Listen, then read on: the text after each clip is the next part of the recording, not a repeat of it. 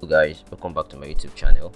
In today's video, we'll be talking about build modes in Flutter and how you can use them to optimize your application's performance. First off, let's talk about what build modes are. Build modes are different configurations that you can use when building your Flutter app. There are three build modes in Flutter: the debug mode, the profile mode, and the release mode. Debug mode is the default mode and it's what you use when you are developing your app.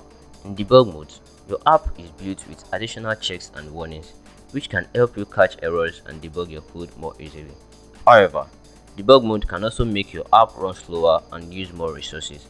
Also, applications built in debug mode are very large in size, so it's not ideal for production use.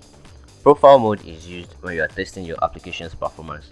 In profile mode, your application is built with additional optimizations such as code minification and tree shaking, which can help your app run faster and use less memory.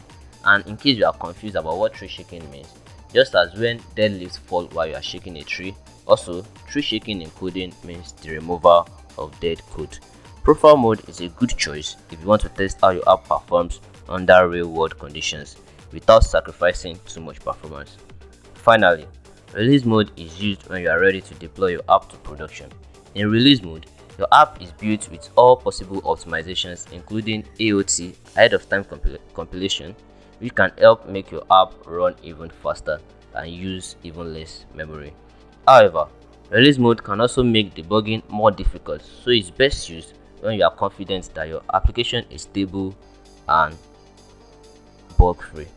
So how do you choose which build mode to use? Well, it depends on what you are trying to accomplish. If you are developing your application and need to debug your code, use debug mode. If you are testing your application's performance, use profile mode.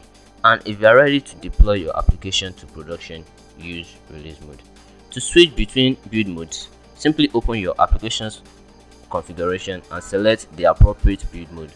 But in Flutter, it's very easy. You can set the build mode programmatically by passing the appropriate flag to the Flutter command line tool, either in your code editor or in your IDE.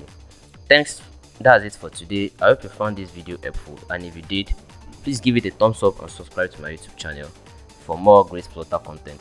Thanks for watching, and I'll see you in the next lesson.